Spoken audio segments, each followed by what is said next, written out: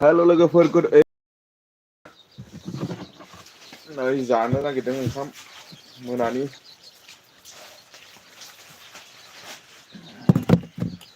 मोनानि नै बयलार बिखा आलु नुदोंना आंखौ खुगाखौल' नुदों हा खुगाखौल' खुगाखौल' नै मोनानि जानोसै बयलार बिखाजों आलुजों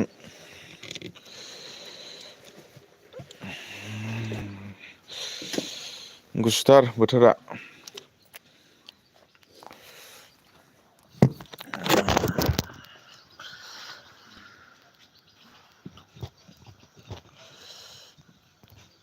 मा थांलाय फैलाय खालामबाय थादों थांनोबा सिदा हाबना थायो थां मोखांखौनो नुवाखै बे न'खाय बयलार बेदर बयलार बिखाजों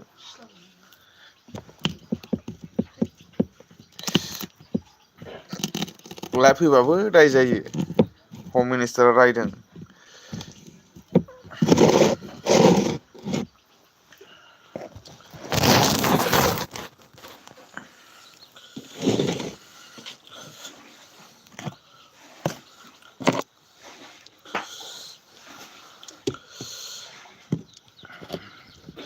लोगोफोर ओंखाम जानोसै नै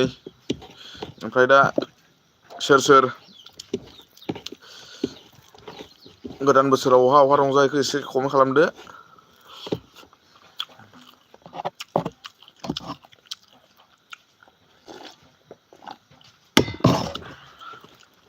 बोथोराथ' बिराद थान्दा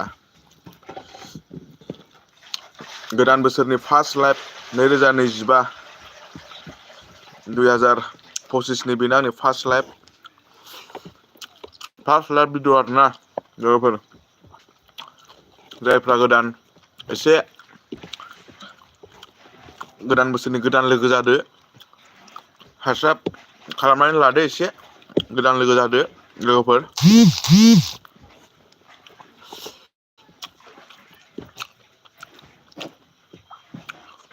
आङो सानफ्रामबो माने ब्लग भिडिअ होबाय थायो बे चेनेलावहाय जेरावबो बेरायहैनो हाथ'वाखै जेरावबो थांनो हाथ'वाखै न'आवनो बानायबाय थायो आरो बिदिनो टुक टाक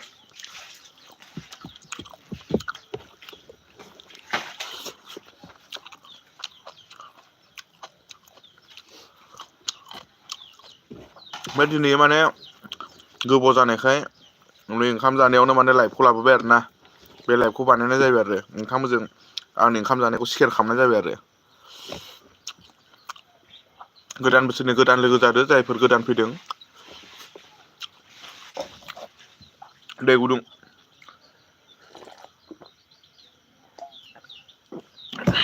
गोदान बोसोरनि चेनेलखौ साबसक्राइब खालामनानै लादो गोदान लोगो जादो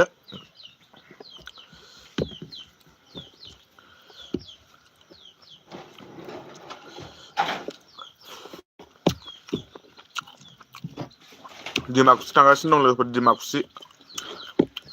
डिमाकुसियाव एसे मिथिङावहाय बेरायहैनि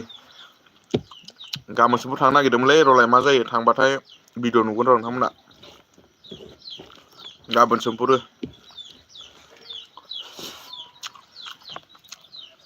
दैमु नोगोराव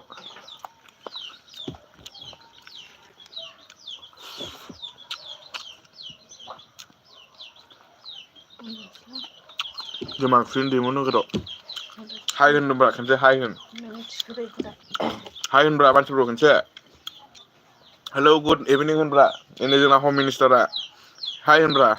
मा खबर होन आया फैब्रा लाजियोलै जोंना बिरादनो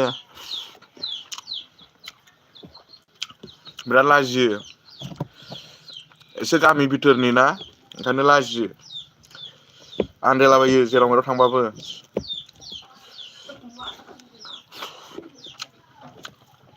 ओइ टाउनफ्राव थांबाबो आन्दायलाबायो हाथायफ्राव एकदम आन्दायलाबायो एसे एरायबाथाय एकदम माने आन्दायना थाबोलाबायनो नागिरो फैब्रा हाय होन रायलाय हेलौ लोगोफोर साबसक्राइब खालाम होनब्रा नोंथांमोन साबसक्राइब खालाम होनब्रा ओरै फैब्रा आन्दायो होनलाबायबाय साबसक्राइब खालाम होनब्रा साबसक्राइब खालाम हेल' होन है थांदो उन्दुदो जाला नोंजों माबा आं रायलायनायखौसो नायबाय थायो थांदो लाजियो आं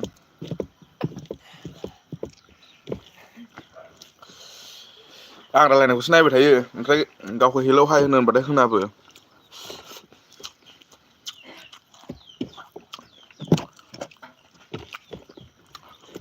एसे गोदान बोसोरनि आंबो माने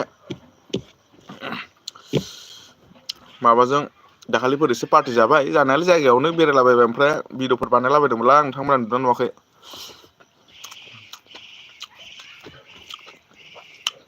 कमेन्ट खालामदो लाइक खालामदो गोदान बोसोरनि लोगो जादो साबसक्राइब खालामदो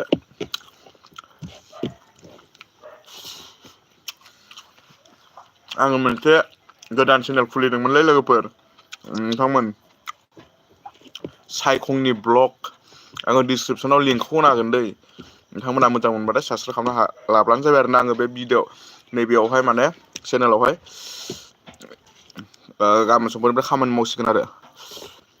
खामानि मावनो माने आङो भिडिअ मोनसे आपलड होखाबाय अलरेडि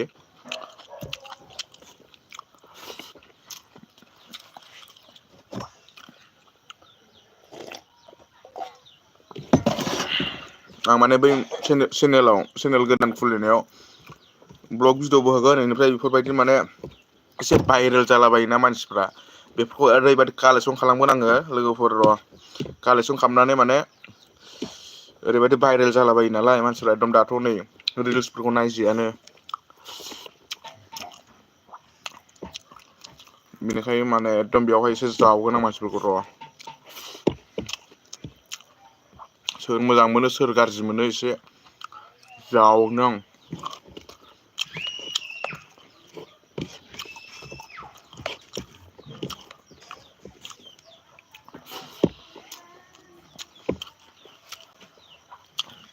सोरा मा ओंख्रि संखो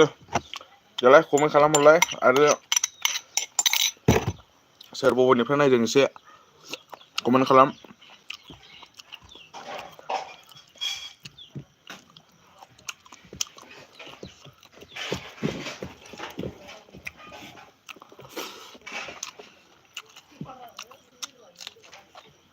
आसा खालामो चेनेल गोदान खुलिनायाव एसेबाबो सापर्ट मोनगोन होननानै 2025 गोदान बोसोरनिफ्राय माने गोदान मोनसे मिजिं लाबावनानै थांखि लाबावनानै खुलिनाय जादों आरोना बे चेनेल मोनसेखौ साबसक्राइब खालामनानै लाब्लानो जाबाय ओंखामखौबो बिराद जायोला ओंखामखौ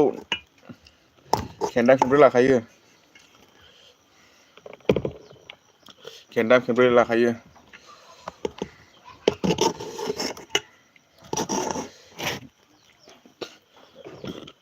गोदान बोसोराव लोङै हें जाजोब्बायमोनलै खर'आ एकदम ब्रास माबा जाजोब्बायमोन दिनैसो नै सान्थि लोङाखै दिनै गोदान बोसोराव एकदम लगाय लथाय जानला मानला लोंनाय जाथारदोंना हें जाजोबना दं खर'आ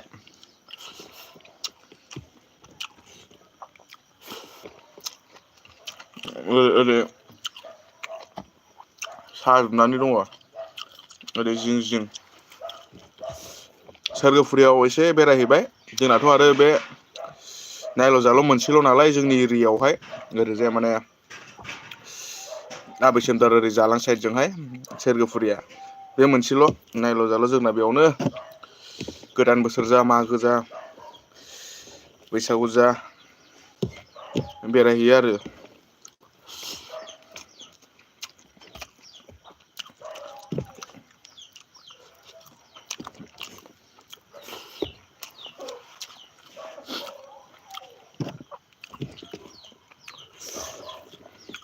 नोंथांमोना गोदान फैदोंब्ला गोदान बोसोरनि गोदान लोगो जादो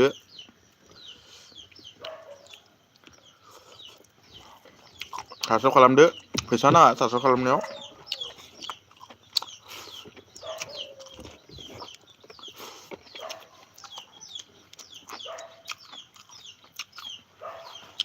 आङो लाइभखौहाय आं जाखां जासिम होबाय थागोन।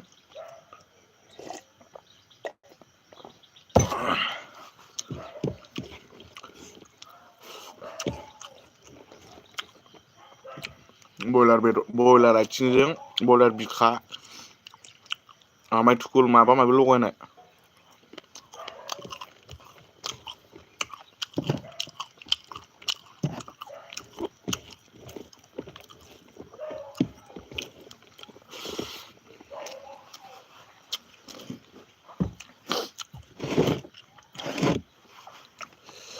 नोंथांमोना फेसबुकखौबो फल' खालामनानै लादो एसे मोजां मोनोब्ला। दाउ आथिं नो बेयो दाउ आथिं दाउ बयलारनि आथिं।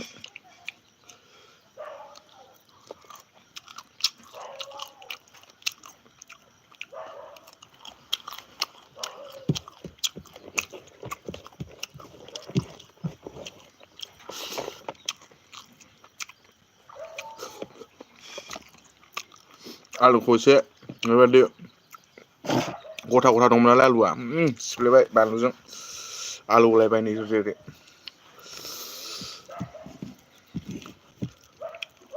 मेथाइखौथ' खनबाय जोंना बर'नि मानगोनां फेमास माने जाखांफुनाय मेथाइ खनगिरि जोंहा नयन सारा मेथाइखौ खनबाय। रिल्स बानायनायावसो दाहाम दुम दा मानसिफोरा बारे मेथाइआ जिमान भाइरेल जायाखै मानसिफ्रा रिल्स बानायनानैसो बिराद भाइरेल जागासिनो दं।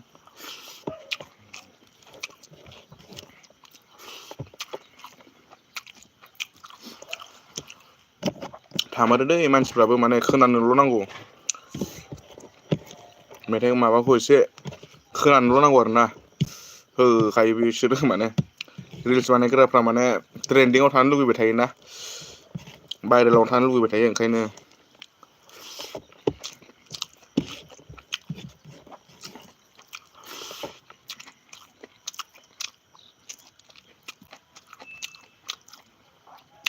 आंबो कालेक्सन खालामना दोनदों र' मोननैसो रिल्सखौ लागायना होदों आंबो इउटुबावहाय आंनि मोनसे गोदान चेनेलावहाय नुनो मोनगोन।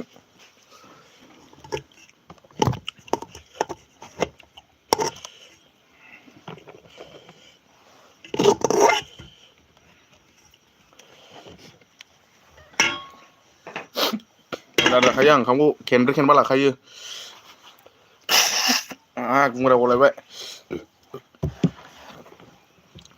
आंबो एकदम रिल्सखौ कालेक्ट खालामना दोनदों र' ओइ मोनसे चेनेल दा गोदान खुलिनायावहाय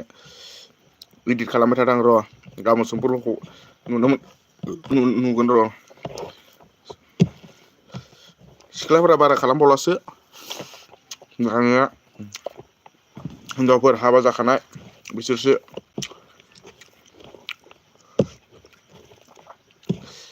आरो जोंनाबो इउटुबारफोर दंना माबेनिफ्राय कालेक्सन खालामो।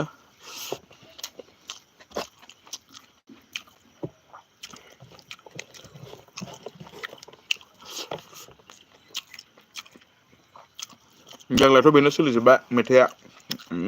जोंबो लागायदों।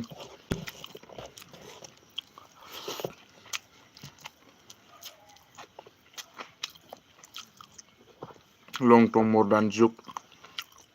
बे माबालै आमाय थुकुल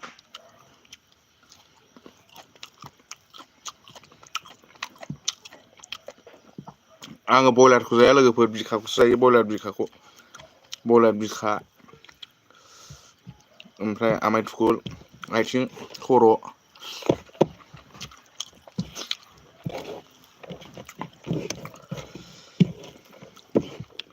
डिमाकुसियाव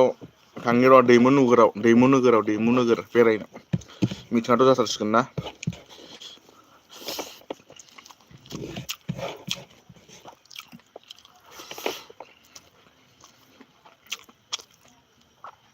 नै बिखा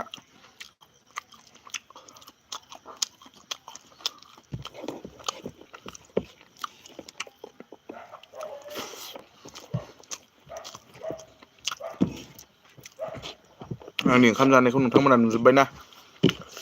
बिराद जायो आं खेनथाम लाखाबाय।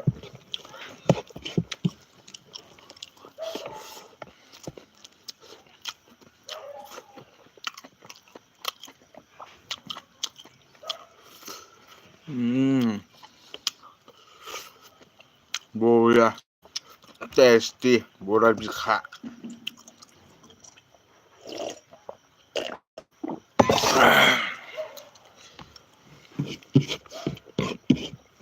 ओंखामखौ एसे लासै जानांगौलै होमबासो माबा जायो ओमफ्राय ओंखामजों लोगोसे दैखौ बारा लोंनो नाङा एसे लिमिटनि लोंनांगौ आङो माने किसुमान माबाफ्राव नुदों ओंखामजों लोगोसे दैखौ लोंनो आरोना ओंखाम जाखांनानै एसे दसे थानासो लोंनांगौ होनो ओमफ्राय आं मालाबा दैयासो सिगां हाबो आंना ओमफ्राय मालाबा एसे फल' खालामो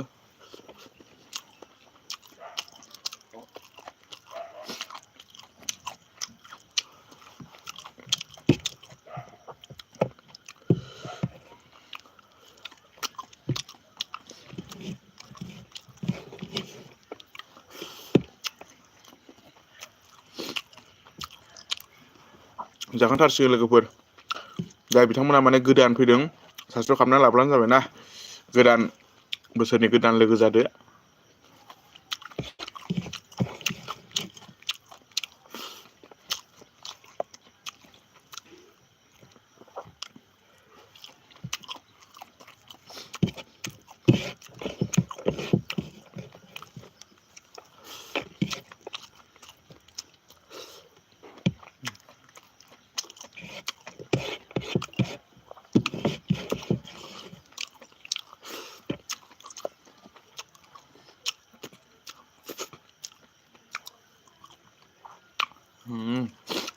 बरिया जाबाय आं नोंथांमोनाबो जादो जायाखैबा सम जाबाय ओंखाम जानायनि गोसो जायाखै जादो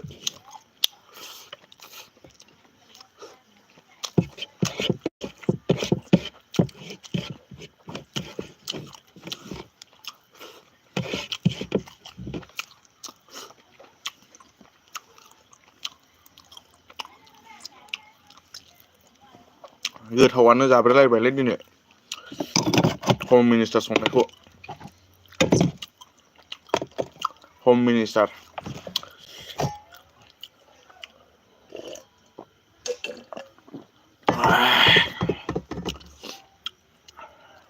आंहाथ' जाखांबायलै लोगोफोर नोंथांमोन जाखांबाय दा नोंथांमोना नोंथांमोननि खामानिखौ मावदो जायफ्रा माने गोदान फैदों गोदान बोसोरनि गोदान लोगो जादो साबसक्राइब खालामनानै लादो आं सानफ्रामबो ब्लग भिडिअ होयो बे चेनेलावहाय मोजां मोनग्राफ्रा निस्सय नायखागोन नायखायो जायफ्रा मोजां मोनो ओमफ्राय आरो गोदान चेनेल मोनसे खुलिदों लिंकखौ होना होगोन डिसक्रिपसनाव एसे सापर्ट खालामबानो जाबाय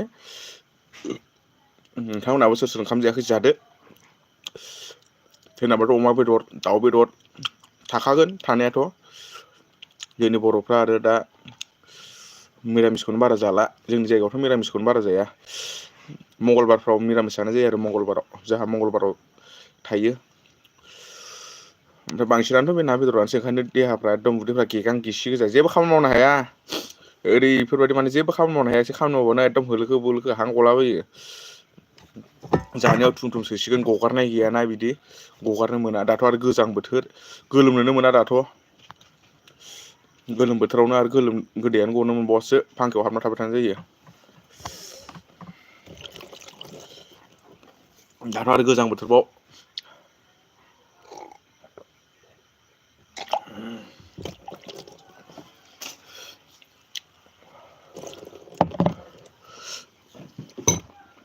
जाखांबाय लोगोफोर जाखांबाय लोगोफोर लाइफखौ बारा गोलाव खालामलाना नोंथांमोननि सापर्ट मददखौ मोनलांबाय थागोन आसा खालामो एसेब्लाबो माने गावनिनो बर' हारिनि फिसा इउटुबार साननानै साबसक्राइब खालामनानै लादो आरो गोदान बोसोर गोदान लोगो जादो जायफ्रा माने दायो नायगासिनो दं साबायखर नोंथांमोना दसे समब्लाबो लाइभखौ नायनायनि थाखाय ओमफ्राय कमेन्टफोरा एसे खम फैदों लाइकफ्राबो एसे खम फैदों नायनायालाय बुहुत मानसि नायदों कमेन्ट खालामाखै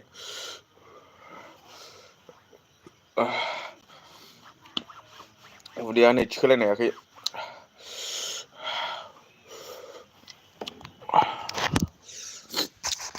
गुंग्राय सेलेखा गलायबाय माथो नै फिसा फिसानो गोलोमलायबाय नै एसे माने बानलुखौ आलुखौहाय एसे थुफ्लेनानै बानलुखौ जों होदोंमोन आं ओमफ्राय ओंख्रियाबो एसे बानलु गोसा जाखादों नै ओंखाम मायावबा नांलाजोबना दं दिनैबा हले होख्लायबाय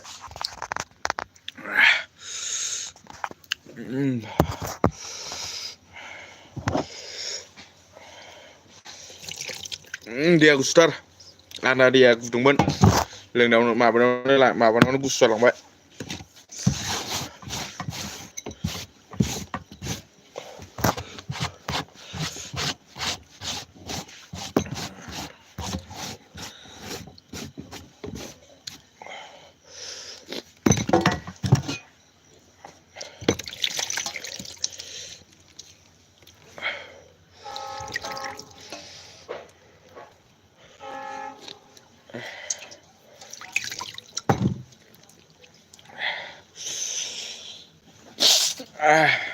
मुराय गलायलायबाय थ' बिदिब्ला लोगोफोर दोनथ'नोसै दिनैनि लाइभखौ एसेनोसै गोजोन्थों जय बर' हारिनि बर' हारि बुहुमाव गोसारथों बयजोंबो सिनायजाथों बे गोदान बोसोराव जों बर' हारिनि मोजां रादाब मोजां खौरां सफैनो हाथों एसेनोसै दै लोगोफोर गोजोन्थों